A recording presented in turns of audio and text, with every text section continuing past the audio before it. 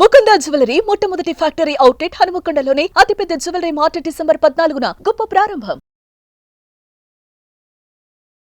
నమస్తే, మీరు చూస్తుంది సుమన్ టీవీ. నేను మీ కీర్తి.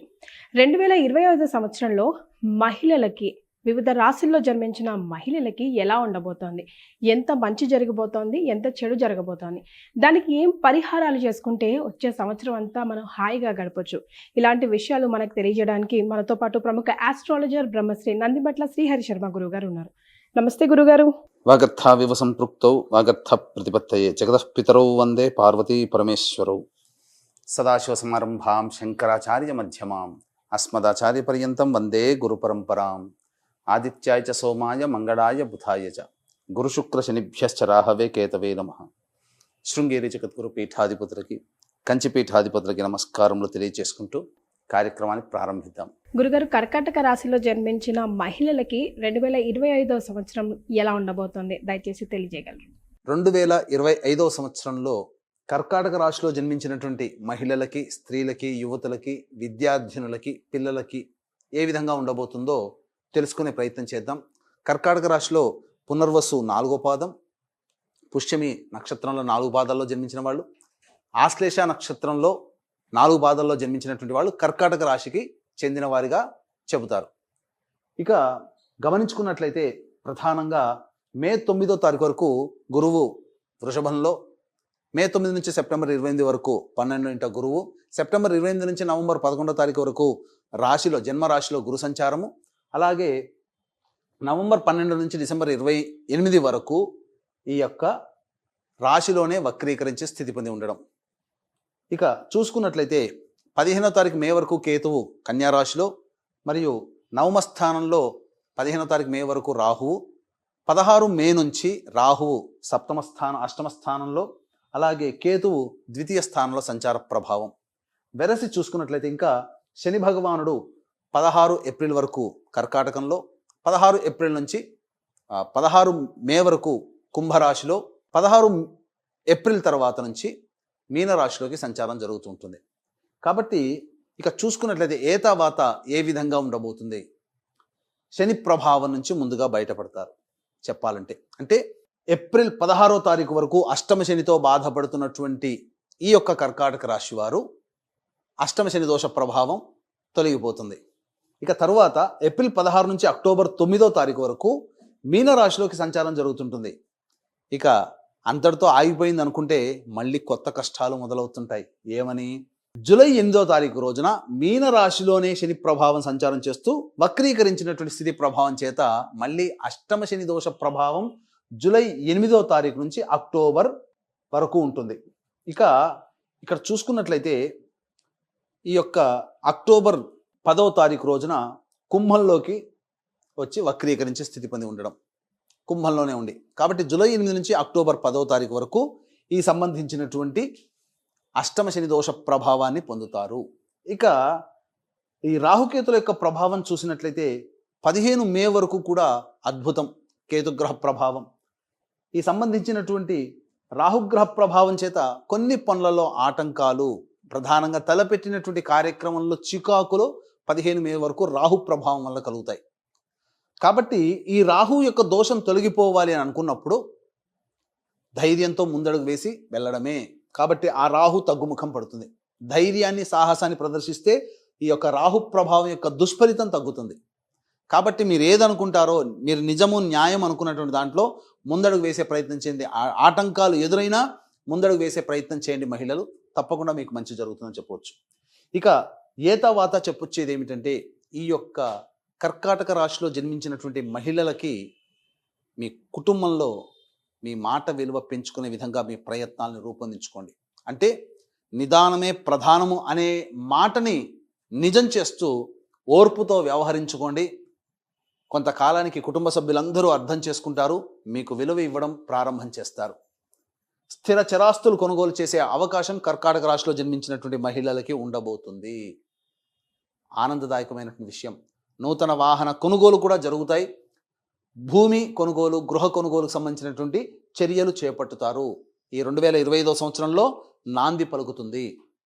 ఇక గమనించుకున్నట్లయితే ఈ ఫుడ్కి సంబంధించినటువంటి బిజినెస్లో ఉన్నటువంటి వాళ్ళు, restaurants, hotels, general stores, FMCG, super markets నిర్వహించే మహిళలు, అలాగే ఎడ్యుకేషనల్ బిజినెస్ చేపట్టేటువంటి వాళ్ళు, జ్యువెలరీ బిజినెస్లు చేపట్టేటువంటి వాళ్ళు, పూజా ద్రవ్యాలు అమ్మేటువంటి స్టోర్స్లో ఉన్నటువంటి మహిళలు, తీర్థయాత్రలు ఏర్పాటు చేసేటువంటి మహిళలు, వీళ్ళందరికీ కూడాను అద్భుతమైనటువంటి యోగ కాలము మే 9వ తారీఖు వరకు అని చెప్పవచ్చు. మే 9వ తారీఖు తర్వాత గురుడు మిథున రాశిలోకి సంచారం చేస్తూ మే 9 నుంచి సెప్టెంబర్ 28 వరకు ఉంటాడు. కాబట్టి ఈ కాలములో మీరు పుణ్యక్షేత్ర సందర్శనము, మీ యొక్క ఖర్చులు కూడా దేవతా ఆరాధనకి సంబంధించి కానీ సమాజంలో ఒక మంచి ఉపయోగపడేటువంటి విధంగా ఉండేటువంటి ఖర్చులు ఉంటాయి, అనవసరమైన ఖర్చులు ఉండవు.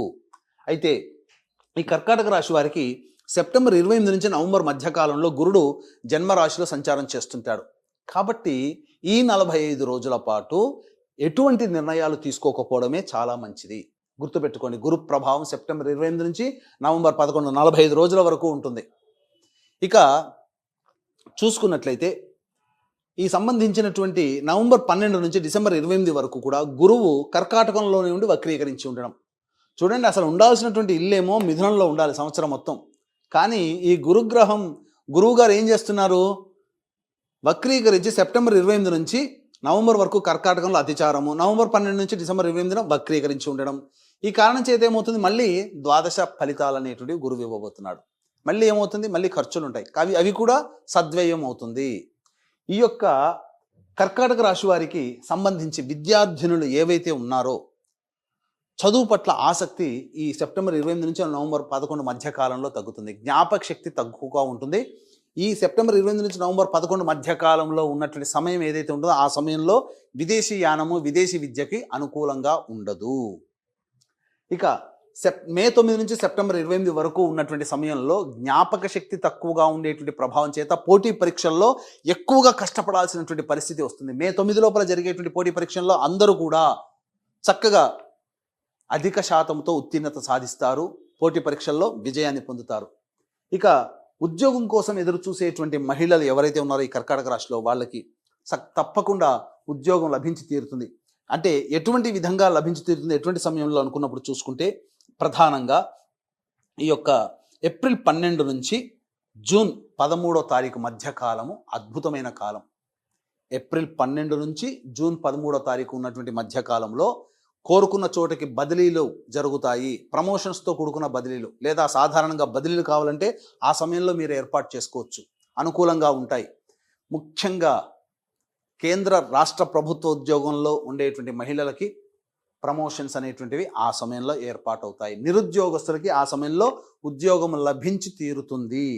ఇక ముఖ్యంగా చూసుకున్నట్లయితే ఇక సెప్టెంబర్ 16 నుంచి అక్టోబర్ 15వ తారీఖు వరకు ఉన్నటువంటి సమయం కూడా ప్రమోషన్స్ పొందడానికి, ఉద్యోగ మార్పులకి అనుకూలమైన సమయం. ఉద్యోగ మార్పులకి ఈ సంబంధించినటువంటి ఏప్రిల్ 13 నుంచి జూన్ 13 మధ్యకాలము, అలాగే సెప్టెంబర్ 16వ తారీఖు నుంచి అక్టోబర్ 16వ తారీఖు వరకు ఉన్నటువంటి మధ్యకాలము నూతన ఉద్యోగంలో చేరడానికి కానీ, లేదా కొత్త ఉద్యోగంలో రావడం, లేదా వేరే సంబంధించినటువంటి కంపెనీలో మారడం కానీ ఇవన్నీ చేసుకోవచ్చు. అది అనుకూలమైనటువంటి కాలం. ఉద్యోగ భద్రత అనేటువంటిది ఉంటుంది. అన్నిటికంటే మించి సాఫ్ట్వేర్ రంగంలో ఉన్నటువంటి మహిళలకి బాధ్యతతో కూడుకున్నటువంటి పదవి అనేటువంటిది ఎప్పుడు లభించబోతుంది అంటే సెప్టెంబర్ 28 నుంచి నవంబర్ 11 మధ్యకాలంలో బాధ్యతతో కూడుకున్నటువంటి పదవిలో ఉంటారు. సాధారణంగా ప్రమోషన్స్ వచ్చినా బాధ్యతలు మాత్రం సెప్టెంబర్ 28 నుంచి నవంబర్ 11 మధ్యకాలంలో బాధ్యతలు పెరుగుతాయి. తదనుగుణంగా భవిష్యత్తులో మీకు ఆనందదాయకమైనటువంటి స్థితిలో 2025 సంవత్సరంలో ఉంటారని చెప్పవచ్చు. ఇక సంబంధించినటువంటి చూసుకున్నట్లయితే ముఖ్యంగా కోర్టు, న్యాయవాద సంబంధమైనటువంటి విషయాలు, సివిల్ సంబంధించినటువంటి న్యాయ సమస్యలు, ఆస్తి తగాదాలు ఏవైతే ఉంటాయో వాటన్నిటికీ కూడాను జూలై 27వ తారీఖు నుంచి సెప్టెంబర్ 11వ తారీఖు మధ్య ఉన్నటువంటి కాలంలో పరిష్కారం అవుతాయి, విజయాన్ని పొందుతారు, సమస్యలని పరిష్కరించుకుంటారు. కాబట్టి ఆగస్టు అనగా 30-40 ఈ 45 రోజుల మధ్యకాలంలో జూలై 27 నుంచి సెప్టెంబర్ మధ్యకాలంలో ఉన్నటువంటి సమయంలో తప్పకుండా లాయర్ సంబంధించినటువంటి సమస్యలు తొలగిపోతాయి, అనగా కోర్టు సంబంధమైనటువంటి సమస్యలు. ఇక ముఖ్యంగా ఎలక్ట్రానిక్స్ అండ్ ఎలక్ట్రికల్ వ్యాపార రంగంలో ఉన్నటువంటి వాళ్ళు మీకు నూతన వ్యాపారాలు ప్రారంభించే అవకాశాలు గోచరమవుతున్నాయి. ముఖ్యంగా రాజకీయ రంగంలో ఉన్నటువంటి ఎవరైతే ఉన్నారో 15 మే తర్వాత మీకు రాజకీయ రంగంలో పలుకుబడి కలిగినటువంటి పదవి లభిస్తుంది, ప్రజాదరణ పొందుతారు, తద్వారా మంచి ఒక నిర్ణయాత్మకమైనటువంటి స్థానంలో ఉంటారని చెప్పవచ్చు. ఇక కళారంగంలో, సినిమా రంగంలో, నటన, నాట్యము, అలాగే సంగీతము, ఇలాంటి ఫైన్ ఆర్ట్స్లో ఉన్నటువంటి వాళ్ళు, నటనా రంగంలో ఉన్నటువంటి సినీ రంగంలో, టీవీ రంగంలో, అలాగే paper media, social media, electronic and printing సంబంధించినటువంటి వాళ్ళందరికీ కూడా ఈ యొక్క మే 9 వరకు అద్భుతమైనటువంటి కాలముగా చెప్పబడి ఉంది. మే 9 తరువాత ఎక్కువగా ట్రావెల్ చేయాల్సినటువంటి పరిస్థితులు ఎక్కువగా వస్తాయి. మే 9 నుంచి సెప్టెంబర్ 28 వరకు, సెప్టెంబర్ 28 నుంచి నవంబర్ 11 వరకు ఆ మధ్య కాలంలో కొత్త ప్రాజెక్టులు సైన్ చేయకండి, ఎందుకంటే అవి మీకు ఇబ్బంది కలిగించేటువంటి విధంగా మారబోతున్నాయి. నవంబర్ 12 నుంచి డిసెంబర్ 28 వరకు కూడా అనుకూలంగా ఉండేటువంటి సమయం. ఇక చూసుకున్నట్లయితే ఈ మధ్య కాలంలో సెప్టెంబర్ 28 నుంచి నవంబర్ 11 మధ్య కాలంలో ఏ విధంగా ఉండబోతుంది? హెరిడిటీగా వచ్చేటువంటి ఆరోగ్య సమస్యలు ఏవైతే ఉంటాయో అవి మీకు అటాక్ అయ్యే అవకాశం ఉంటుంది. షుగర్, క్యాన్సర్, బీపీ ఇట్లాంటివి. కాబట్టి జాగ్రత్తలు పాటించండి. ఇక ముఖ్యంగా ఈ సంబంధించినటువంటి చూసుకున్నట్లయితే ఈ రాహుకేతుల యొక్క ప్రభావము, ఈ అష్టమ రాహువు 16 మే నుంచి, అలాగే ఈ ద్వితీయ కేతువు, ఇవి ప్రభావం ఉండడం వల్ల ఏమవుతుంది? మీ యొక్క మాటకి విలువ తగ్గడం అనేటువంటిది ఉంటుంది. కాబట్టి జాగ్రత్తలు పాటించి మౌనాన్ని ఆశ్రయిస్తూ లౌక్యంతో వ్యవహరించినట్లయితే అన్ని రకాలుగా బాగుంటుందని చెప్పవచ్చు. ఇక 15వ తారీఖు మే వరకు ఏదైతే ఉంటుందో ఆ కాలము తండ్రి గారి ఆరోగ్యం పట్ల శ్రద్ధ వహించాల్సినటువంటి పరిస్థితి. విదేశీయానం, విదేశీ విద్యకు సంబంధించిన చేయ ప్రయత్నాలు కూడా కొలిక్కి వస్తాయి.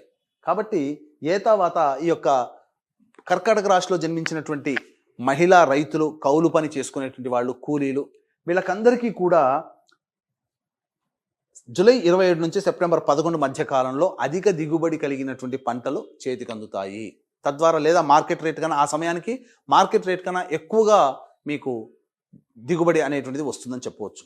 ఇక గమనించుకున్నట్లయితే ఈ యొక్క సంబంధించినటువంటి ఏతావాత ఈ యొక్క కర్కాటక రాశిలో జన్మించినటువంటి మహిళలకి వివాహము జరిగి తీరుతుంది.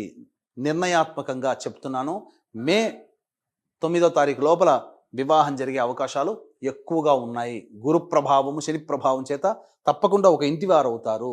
అయితే సంతానం కోసం ఎదురు చూసేటువంటి వాళ్ళు, సంతానాన్ని పొందాలనుకునేటువంటి వాళ్ళు ఏప్రిల్ 16వ తారీఖు తర్వాత మీరు ప్రయత్నం చేసినట్లయితే తప్పకుండా మీరు సంతానవంతులు అవుతారని చెప్పవచ్చు.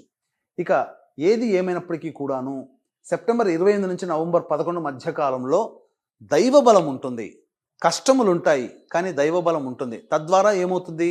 ఓర్పుతో, కష్టంతో చేసుకునేటువంటి పనుల వల్ల మీకు జీవితం సాఫీగా సాగుతుంది. భవిష్యత్తు ఆందోళనకరంగా ఉండకుండా చక్కగా ప్రశాంతమైన జీవితాన్ని పొందుతారు. కాబట్టి మొక్కవని ధైర్యంతో దైవానుగ్రహాన్ని పొందే ప్రయత్నం చేయండి. మీ యొక్క సంబంధించినటువంటి ఈ యొక్క రాశులలో జన్మించినటువంటి బ్యూటీ పార్లర్ రంగంలో పనిచేసేటువంటి వాళ్ళు, లేడీస్ ఎంపోరియంలో నడిపేటువంటి వాళ్ళు ఎవరైతే ఉన్నారో వాళ్ళకి మే 9 నుంచి సెప్టెంబర్ 28వ తారీఖు మధ్య కాలము చక్కగా అద్భుతంగా రాణింపు అనేటువంటిది ఉంటుంది. ఈ సమయంలో మీరు చేపట్టే ఏ పనైనా కానీ మీకు అనుకూలంగా ఉంటుందని చెప్పవచ్చు. ఇక గమనించుకున్నట్లయితే ఏతావాత గమనించుకున్నట్లయితే మీ యొక్క ఈ కర్కాటక రాశిలో జన్మించినటువంటి మహిళలు వివాహం కాకపోతే తల్లిదండ్రులు, తోడబుట్టిన వాళ్ళ యొక్క జాతక ప్రభావం కూడా మీ మీద ఉంటుంది. పెళ్ళైతే భర్త, మీకు సంతానము ప్రభావం కూడా మీ జాతకం మీద ఉంటుంది. కాబట్టి ఎల్లప్పుడూ ఒకే రకంగా అందరికీ, అన్ని రాశుల వారికి ఉండదు. గొప్పగా ఉండదు, కష్టముగా ఉండదు. కాబట్టి గొప్పగా ఉన్న కష్టాలు పడుతున్నారంటే మీ కుటుంబ సభ్యుల యొక్క ఇంతకుముందు చెప్పినటువంటి వాళ్ళ ప్రభావం కూడా మీ మీద ఉండడం. కాబట్టి ఈ 2025వ సంవత్సరంలో అందరికీ కూడా ఆనందదాయకంగా ఉండాలి, సమస్యలు తీరాలి, ముఖ్యంగా ఆరోగ్యం బాగుండాలి, అనుకున్న పనులు పూర్తి అవ్వాలి అనుకునేటువంటి ఎవరైతే ఆలోచిస్తున్నారో వారి కోసమై ఈ 2025వ సంవత్సరంలో ప్రతి నెల ఒక్కొక్క పుణ్యక్షేత్రంలో జాతకరీత్యా కలుగు విద్య, వివాహ, ఉద్యోగ, దాంపత్య, సంతాన, అనారోగ్య సమస్యల నివారణకి, మరియు ఈ ఏప్రిల్ 16 వరకు శని ఒక రాశిలో, ఏప్రిల్ 16 తర్వాత శని ఇంకొక రాశిలో మారుతుండడం వల్ల 12 రాశుల వారికి ఈ సంవత్సరం 2025 సంవత్సరంలో ఎఫెక్ట్గా ఉంటుంది. కావున ఈ 12 రాశుల వారికి శనిదోష పరిహారార్థమై శనిదోష నివారణ హోమాలు, వీటినే సర్వదోష నివారణ పూజల హోమాలుగా ప్రతి నెల ఒక్కొక్క పుణ్యక్షేత్రంలో చేయడం జరుగుతుంది. దీనికి నాంది శ్రీకాళహస్తి క్షేత్రంలో కానీ శ్రీశైలంలో కానీ జనవరి 13వ తారీఖు రోజున చేయడం జరుగుతుంది. కాబట్టి అవకాశం ఉన్న వాళ్ళు మీ గోత్రనామాలు, మీ కుటుంబ సభ్యుల గోత్రనామాలు నమోదు చేసుకోవచ్చు, రిజిస్టర్ చేసుకోవచ్చు. ఇక ప్రతి భర్త వైపు 6 తరాలు, భార్య వైపు 3 తరాలు, లేదా తండ్రి వైపు 6 తరాలు, తల్లి వైపు 3 తరాల్లో ఏమైనా దుర్మరణాలు కనుక ఉన్నట్లయితే, అలాగే లివర్ ప్రాబ్లం, కిడ్నీ ప్రాబ్లం, క్యాన్సర్తో చనిపోయినా, 60 సంవత్సరాల లోపల కుటుంబ సభ్యులు ఎలా చనిపోయినా వాటిని పితృదోషములు అంటారు. కాబట్టి ప్రతి నెల పితృదోష నివారణ కార్యక్రమాలు మన పీఠంలో ఆధ్వర్యంలో జరుగుతున్నాయి. వాటి వివరాలు కూడా కార్యక్రమ తదనంతరం కాంటాక్ట్ చేసి తెలుసుకోవచ్చు. చాలా సంతోషం గురుగారు. మిశ్రమ ఫలితాలు ఉంటాయనే చెప్తున్నారు. అయితే ఏమైనా పరిహారాలు కూడా సూచించగలరు? కర్కాటక రాశి వారు ప్రతిరోజు సూర్యుడికి నమస్కారం చేయడం, సూర్యాష్టకం 6 సార్లు పారాయణం చేయడం, అలాగే అవకాశం కుదిరినప్పుడల్లా కూడా విష్ణు దేవాలయానికి సందర్శనం చేయడం, అర్చన జరిపించుకోవడం చేసుకున్నట్లయితే సాధారణంగా వచ్చే సమస్యలన్నీ కూడా పరిష్కారం అవుతాయి. ఇప్పుడు ఈ పరిహారాలు పాటించినా దీనికి విభిన్నంగా ఇంకా మీ జాతకం ఉన్నట్లయితే, మీ యొక్క జీవితం ఉన్నట్లయితే, మీ జన్మ జాతకంలోనే నడిచేటువంటి గ్రహ దశాంతర దశల ప్రభావం కావున దగ్గరలోని మంచి ఉపాసనాపరులైనటువంటి జ్యోతిషుని సంప్రదించి వారి సలహాలను, సూచనలు పాటించి మరింత మెరుగైనటువంటి జీవితాన్ని పొందుతారని ఆశిస్తూ సర్వం శ్రీ ఉమామహేశ్వర పరబ్రహ్మార్పణమస్తు. నమస్కారం గురుగారు, ధన్యవాదాలు.